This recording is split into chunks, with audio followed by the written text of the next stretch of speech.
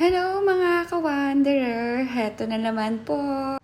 At dahil may na-hire na akong driver, so nag-test drive ako ng sasakyan ni Bossing. And while road trip, as you can see guys, kung saan na kami nakarating. At end of that, napagdesisyonan ko na pumunta na lang sa Barako Grill kasi somehow someone na nag-invite sa akin na until now hindi pa rin anong tawag doon, hindi pa rin natutuloy yung invitation. So, ako na lang ang pumunta doon. And at first, naligaw nga ako dahil dito, ito yung parang old restaurant ng Barako Grill na until nag-transfer sila dun sa Barracuda. So, dahil doon kami dinala sa old address niya, nagtanong-tanong kami within doon sa nearby na tindahan like ng yung sa gas station, opposite side kasi. So ayun, may nag-instruct sa amin ng yung new address or location of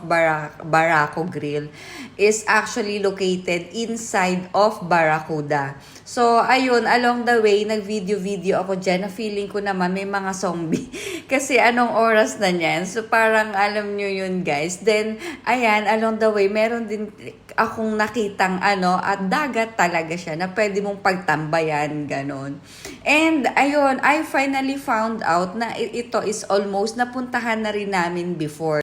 Na for how many years ring hindi ko napupuntahan, but then ayun, naging familiar sa akin yung lugar.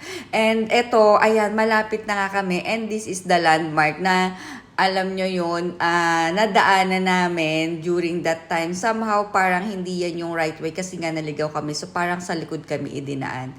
And along the way, napadaan kami sa Dreamland. At syempre, hindi naman ako magpapahuli na hindi magpa-picture dyan. So, kahit papano, somehow, nagpa-picture talaga ako dyan sa Dreamland na yan. And as you can see, guys, taray, di ba? So, heto na, here we are, finally, we found out the Barracuda, kung saan makikita natin yung Barako Grill. Sabi ko nga dyan, ako pag hindi ako binigyan ng discount sa haba-haba ng dinaanan namin. And yet, heto, and finally, we found out, ayan, yung kasama kong driver, ayaw niya magpakilala, so wag na lang muna natin siyang i-expose kasi takot din siya sa camera. So, ako na lang ang ang pagsawaan yung tingnan. And yet, eto guys, kasi nga, dahil hindi naman talaga ako, kumbaga, pupunta dyan para kumain, yung light meal lang yung in-order namin.